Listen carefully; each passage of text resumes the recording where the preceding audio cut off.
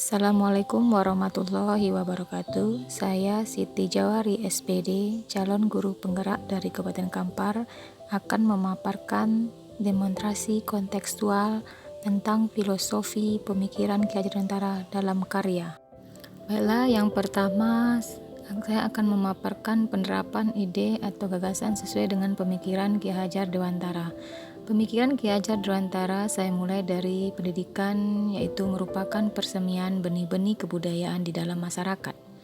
Hal ini menyiratkan bahwa dengan pendidikan dapat membawa perubahan peradaban suatu bangsa, yang mana tujuan pendidikan menurut Ki Hajar Dewantara adalah menuntun segala kodrat yang dimiliki oleh anak, agar dapat tumbuh dengan bahagia, selamat, dan merdeka dalam belajar. Kemudian dalam pemikiran Ki Hajar Dewantara tentang pendidikan ada dua, yaitu kodrat alam dan kodrat zaman, yang mana kodrat alam menyiratkan bahwa anak tumbuh sesuai dengan tempat mereka dilahirkan, tempat mereka berkembang, dan sesuai dengan kearifan lokal budaya setempat. Sementara itu, kodrat zaman anak dituntun untuk berkembang sesuai dengan kemajuan zaman, namun dengan tidak terlepas dari akar budaya bangsa. Kemudian, alasan kontekstual mengenai penerapan ide gagasan sesuai dengan pemikiran Ki Hajar Dewantara. Filosofis yang terkesan bagi saya adalah tentang filosofis trilogi pendidikan, yang mana ini sangat terasa sekali dari pemikiran Ki Hajar Dewantara. Yang pertama yaitu Ing Ngarso Sung Tulodo, yang kedua Ing Madyo Mangunkarso, dan yang ketiga Tuduri Handayani. Yang mana Ing Ngarso Sung Tulodo yaitu seorang guru harus mampu memberi teladan atau contoh dari depan. Seorang guru harus pantas digugu dan ditiru dalam perkataan dan perbuatannya.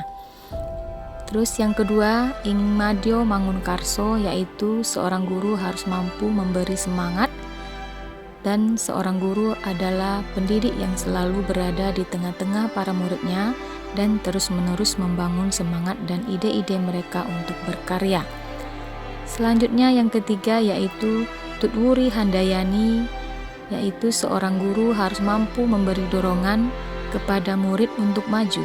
Seorang guru adalah pendidik yang terus-menerus menuntun, menopang, dan menunjuk arah yang benar bagi kehidupan dan karya anak didiknya. Selanjutnya, hasil penerapan ide atau gagasan terkait pemikiran Ki Hajar Dewantara secara kontekstual. Selanjutnya, proses pembelajaran yang didasarkan dari pemikiran Ki Hajar Dewantara ada dua. Pertama yaitu pembelajaran holistik, yang mana pendidikan dan pengajaran mencakup ke budi pekerti, yang mana kita tahu budi yaitu olah cipta, olah rasa, olah karsa, dan olahraga atau gerak. Sedangkan pekerti adalah kemauan dan keinginan untuk merubah dan bergerak, sehingga pendidikan yang kita ajarkan seimbang dan tidak ada ketimpangan pada salah satu aspek. Yang kedua, yaitu yang sering kita dengar adalah student center, yang mana student center ini yaitu pembelajaran berorientasi pada murid, yang mana pendidikan yang berorientasi pada murid ini sesuai dengan pada kodrat alamnya, berorientasi pada minat dan bakat siswa tersebut, sehingga murid mengalami kemerdekaan dalam belajar, merdeka untuk menyampaikan ide-idenya, merdeka untuk menyampaikan saran-saran dan keinginan yang ada yang mereka miliki, merdeka dalam menyampaikan ide-ide dan karya-karya yang akan ditampilkannya. Jadi, guru bukan hanya sebagai orang tua yang harus ditakuti, melainkan memposisikan diri sebagai teman belajar, teman untuk belajar bersama, teman untuk saling berbagi, baik itu ide-idenya dan karya-karya bagi peserta didik. Selanjutnya, guru juga sebagai fasilitator bagi peserta didik. Penerapan dari ide terkait pemikiran Ki Hajar Dewantara ini yang terutama yaitu budi pekerti di sekolah saya, yaitu Sekolah Dasar Negeri 007 Bangkinang, Kecamatan Bangkinang Kota, Kabupaten Kampar. Di sini melakukan pembiasaan seperti membaca ayat-ayat pendek, oleh peserta didik yang ditunjuk sebelum masuk ke kelas, bersalaman sebelum memasuki kelas, menyanyikan lagu-lagu nasional dan daerah sebelum kegiatan pembelajaran dimulai, dan juga pembiasaan guru-guru dan siswa melaksanakan sholat duha pada waktu istirahat. Selanjutnya, tantangan dan solusi penerapan pemikiran Ki Hajar Dewantara sesuai dengan konteks kelas dan sekolah.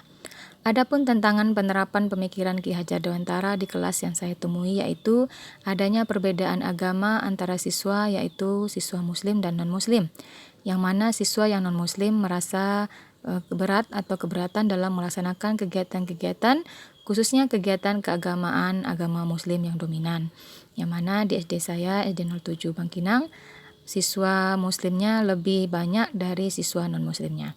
Selanjutnya, adanya keterbatasan waktu yang dimiliki oleh siswa untuk melaksanakan kegiatan-kegiatan tersebut.